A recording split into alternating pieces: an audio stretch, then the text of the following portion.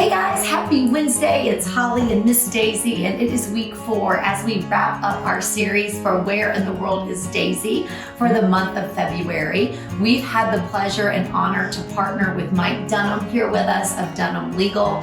And our main focus for this month has been divorce. If you find yourself in this situation or thinking about it, what do you do? Where do you go? And what decisions do you make? And again, I want to remind you that Mike has so generously offered a free consultation. Take down his information below if you have any questions and get that scheduled as soon as possible. Well, Mike, bring us home. We've covered a lot of information this week. We're at week 4. Thanks again for being here. But Absolutely. Bring us home. Where are we at? What do we do? Well, thanks again for having me. Absolutely. By now, let's talk a little bit about the back end of what we've been doing. We've been preparing to decide what you're going to do with the house. Now let's assume we've decided what we're going to do with the house.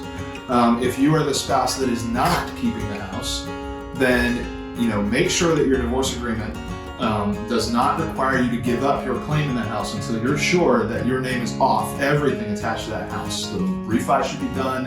If there are judgment liens or other liens, those should be cleared. Make sure you've done all of that, because once you give up your claim to the house, you give up a lot of leverage to forcing the other side to make sure that those things are done. So make sure you don't have to do one without the other.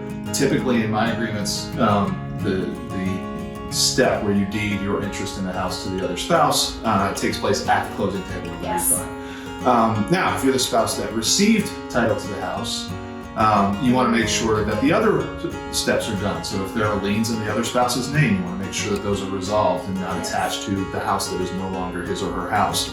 And so, make sure that that's done. Make sure that he or she has paid those off or otherwise resolved them, and that your name's not on them anymore. And then, make sure. Sometimes we have situations where we have the house is in. You believe the house is only in your name, and the debt is also only in your name, and so you don't think to check those things because it's always only ever been in your name and not in your spouse's name. He or she was never attached to it. Check that anyway. We have had situations where maybe somebody surreptitiously added or created or took out debts in your name without you knowing about it. You just want to make sure that that's not attached to the house. So even if you're in a situation where you don't actually have to do a refi because everything's already in your name, still might be a good idea to have a title search done on your house just to make sure that there's nothing there that shouldn't be. Especially if your spouse, typically your spouse has accessibility to all your information. That, and very often there are things that he or she is not telling you. It's probably why you're getting divorced in the first place. Maybe. And I'm so glad you brought up the point on quitclaiming your interest. I can't tell you how many times we get divorce decrees where we'll have a client that calls us. They quitclaimed their interest to the property, but the mortgage was in their name. Right. Well, guys, you're no longer obligated on that mortgage. Right. When you signed that financial obligation, you owned the property. Now you've quitclaimed your interest. You can't call any of the shots on the property, but that doesn't wipe the debt away. And so you want to make sure you're working with a true professional like Mike and his team if you're considering divorce, because I see it all the time in divorce decrees.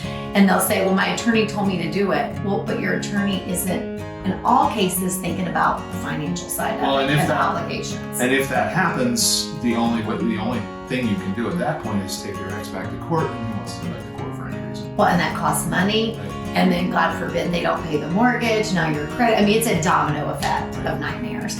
Well, guys, we hope this series has been helpful. If this is something that you're considering or need assistance on, please don't hesitate to reach out to Mike or myself. We would love to have a confidential conversation with you and help you make decisions to make your life better. So have a great week and check us out in the next few months.